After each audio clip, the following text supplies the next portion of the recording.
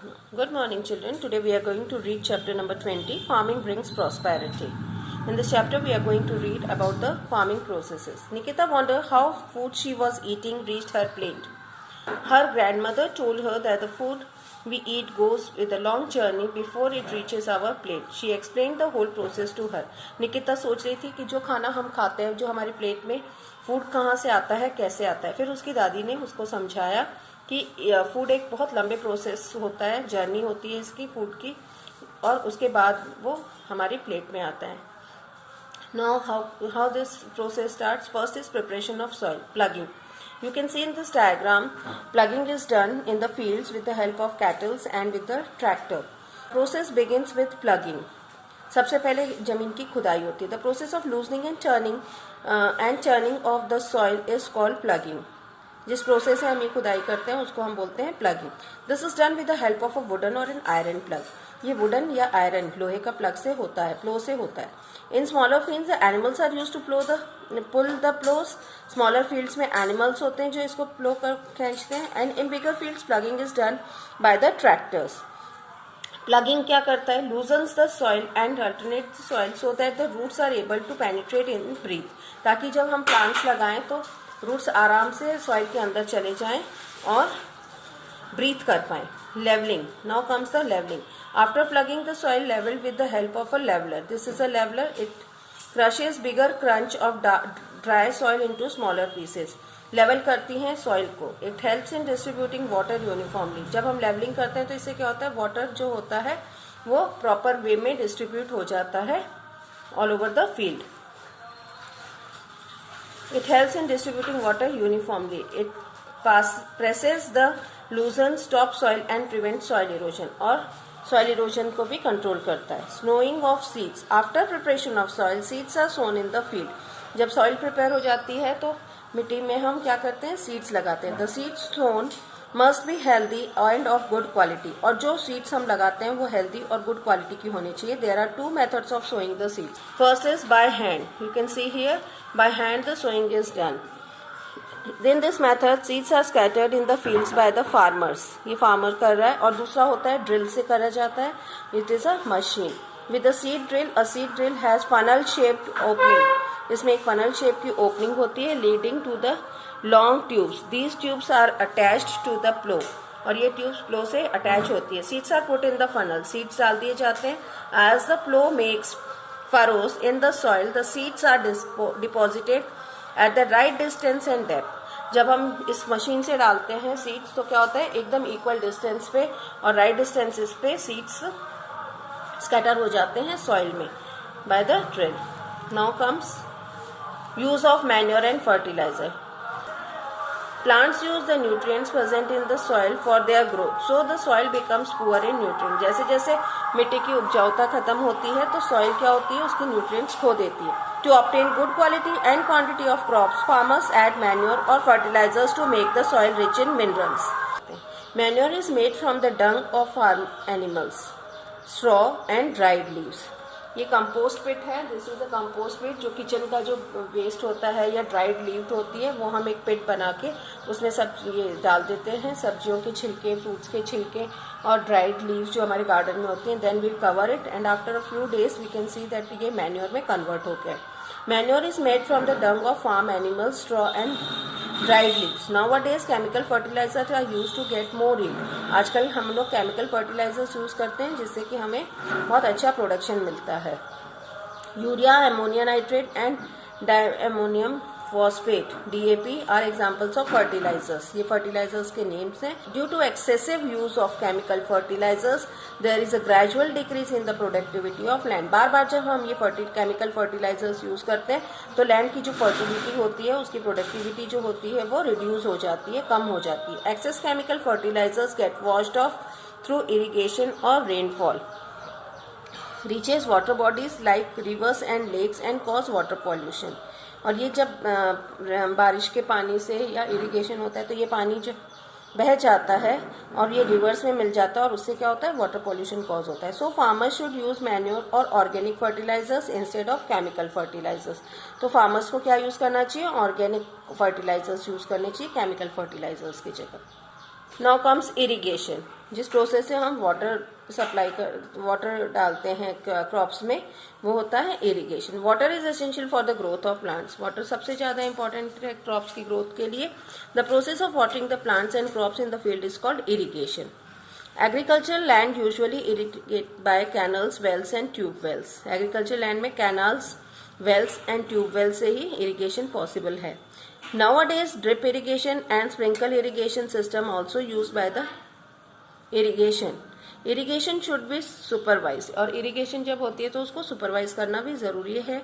Both the excess water and scarcity of water are harmful for the crops. crops को जितना पानी चाहिए उतना ही डालना चाहिए। अगर हमने ज़्यादा डाला है तो भी नुकसान है crops के लिए, और अगर कम डाला है then also the crops will suffer. Now comes the weeding. Weeding का मतलब होता है जो unwanted plants होते हैं, जंगली पेड़ पौधे जो होते हैं वो होते हैं वीड्स। और the unwanted plants that grow along with the main crops के साथ में जो ये उगते हैं उनको हम कहते हैं weeds. They compete with the main crop for water and nutrients and sunlight. They retard the growth of main crop and दस दे मस्ट बी रिमूव्ड। इन लोग मेन क्रॉप की ग्रोथ को रोकते हैं, इसलिए इनको हटा देना चाहिए। The process of removing weeds is called weeding. जिस प्रोसेस से हम वीड्स को, जंगली पेड़ पौधों को हटाते हैं, उनको हम वीडिंग कहते हैं। Weeds can be removed by the hand और बाय यूजिंग अ टोवेल। हम वीड कैसे भी हैंड से भी हटा सकते हैं और खुरपी से, टोवेल से भी हटा सकते हैं और हैरो से भी हटाते हैं। Nowadays farmers use chemicals like weedicides to destroy the weeds. अब केमिकल्स यूज करने लगे जिससे कि हम इन्हें डिस्ट्रॉय कर दें। Now comes the process of loosening and turning the soil is called ploughing, and weeding is the process of removing weeds. Crop production.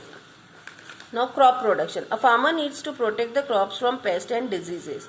तो इसके लिए इन लोग क्या करते हैं, पेस्ट एंड डिजीजेस से बचाने के लिए they protect the plants from pest, spray the pesticides and insecticides. Pesticides and insecticides डालते हैं जिससे कि they kill the insects and pest, and they put the scarecrows. ये हम लोग देखते हैं फील्ड्स में, when we go by train और by bus we can see in the large fields, ये स्केयर क्रोज है। इनको देख के बर्ड्स एंड एनिमल्स क्रॉप्स को डिस्ट्रॉय नहीं करते हैं। Protecting plants from diseases. Seeds and are soaked in fungicides and antibiotics before they are sown. सीड्स को इसमें हम डुबोते हैं उगाने के पहले। Fungicides and antibiotics are spread on the standing crops. और ये जो है ये हम लोग स्प्रे भी करते हैं स्टैंडिंग क्रॉप, जब क्रॉप्स रेडी होने लगते हैं तब। It is essential to take proper precautions while using pesticides. क्या प्रिकॉशंस है? While spraying pesticides the body gets expose to the harmful chemicals. हमारी बॉडी हार्मफुल केमिकल्स के टच में आती है, and this may cause health problems like headache, skin disease, stomach related problems and restlessness. So the person spraying pesticides should cover himself herself properly. हमें अच्छे से cover करना चाहिए। Now comes the harvesting. When the crops become mature, it has to be cut close to the ground. जब crops फैल जाते हैं तब हमें इनको कट करना पड़ता है ना क्रॉप्स को. The process of cutting the matured crop is called harvesting. जिस प्रोसेस से हम इसे कट करते हैं उसको हार्वेस्टिंग बोलते हैं. It is done either manually और बाय सिकल और मशीन कॉल्ड हार्वेस्टर. ये हाथ से भी किया जाता है और मशीन से भी किया जाता है और हार्वेस्टर से भी. ये सिकल है और ये हार्वेस्टर मशीन है. Now comes the threshing. The process of separating grains from harvested crops. जिस प्रोसेस से हम ग्रेन्स निकालते हैं हार्वेस्टेड क्रॉप में से उसको बोलते हैं threshing. The large farms machines are used as thresher. ये मशीन यूज होती है जिससे कि थ्रेस्टिंग होती है. थ्रेस्टिंग के बाद में विनोइंग होती है. After threshing a chaff is removed from the grain. Grains के ऊपर का जो छिलका होता है उसको हटाया जाता है bye the wind. This is called winnowing. In this process, the threshed grains are made to fall from the certain height. एक हाइट से क्रॉप्स को गिराते हैं. जो क्रॉप्स होते हैं, जो the seeds bring heavier, जो सीड्स हैवियर होते हैं वो जमीन पे आ जाते हैं, ग्राउंड पे आते हैं, और जो लाइटर चैफ होता है वो सेपरेट हो जाता है विंड के साथ. Now comes the storage of grains. जब हमने ये ग्रेन्स रेडी कर लिया, अब इनकी स्टोरेज प्रॉपर होनी चाहिए. स्टोरेज कहाँ पे होता है? The harvested grains are dried in sun. इनको हम सन में सुखाते हैं, क्लीन करते हैं प्रॉपरली, गनी बैग्स में पैक करते हैं और फिर इनको गोडाउन्स में भेजते हैं. ठीक है. फिर in the olden times the food grains were stored in utensils made of paper pulp. पहले के टाइम में पेपर पल्प से बने हुए जगह पे ये सब स्टोर किए जाते थे उन यूटेंसिल्स में. Leaves of neem were added to save its storage. नीम पत्तियां ऐड की जाती थी स्टोरेज के लिए. Now how to get the how we get food grains, हमें फूड ग्रेन्स कैसे मिलते हैं. The harvested grains are stored in silos, they are transported in trucks और द होलसेल मार्केट, और यहाँ से शॉपकीपर्स एंड वेंडर्स ले लेते हैं and we buy the food grains from the shopkeepers. The food grains brought by us are cooked and eaten. फिर ये food grains हम शॉप से लाते हैं और इनको कुक करते हैं और खाते हैं. This is how we get the food, और इसी तरह से फूड हमारे प्लेट में आते हैं. This is called the journey of food. Now reduction in crop yield, क्या रीजंस हैं जिससे कि क्रॉप का यील्ड जो है पैदावार कम हो रही है.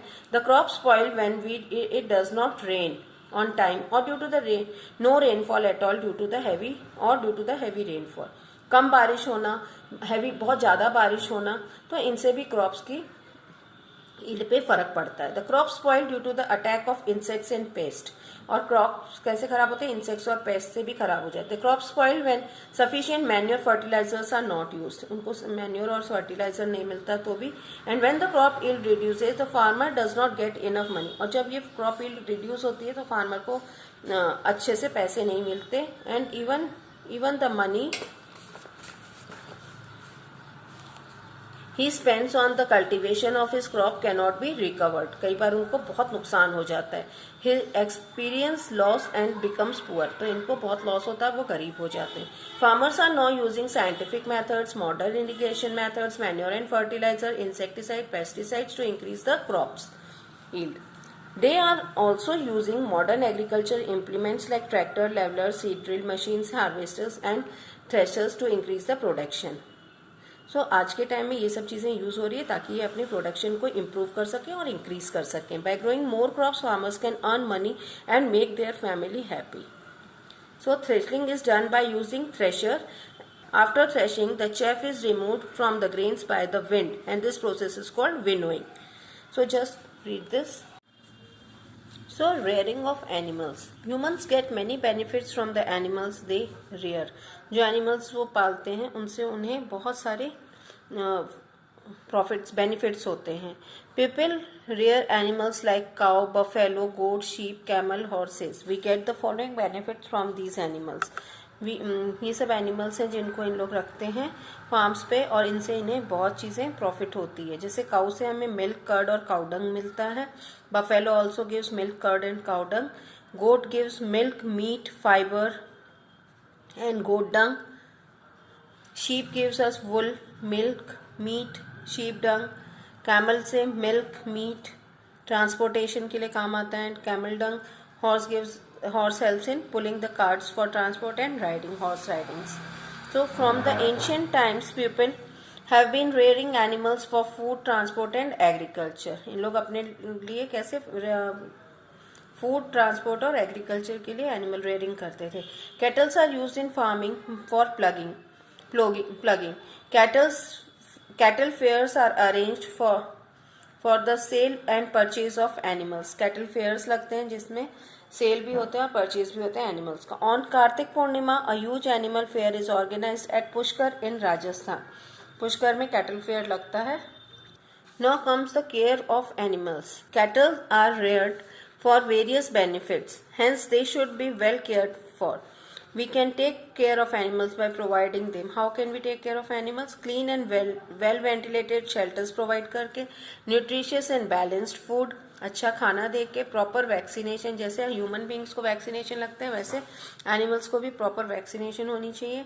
Medical facilities when these animals suffer from diseases like foot and mouth diseases, FMD, mastitis and lupus.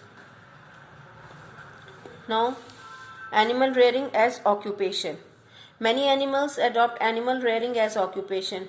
बहुत सारे जने हैं जो एनिमल रेयरिंग करते हैं और उसको ही अपना काम बना रखा है, ऑक्यूपेशन बना रखा है. People rear cattles for selling their milk sell करते हैं.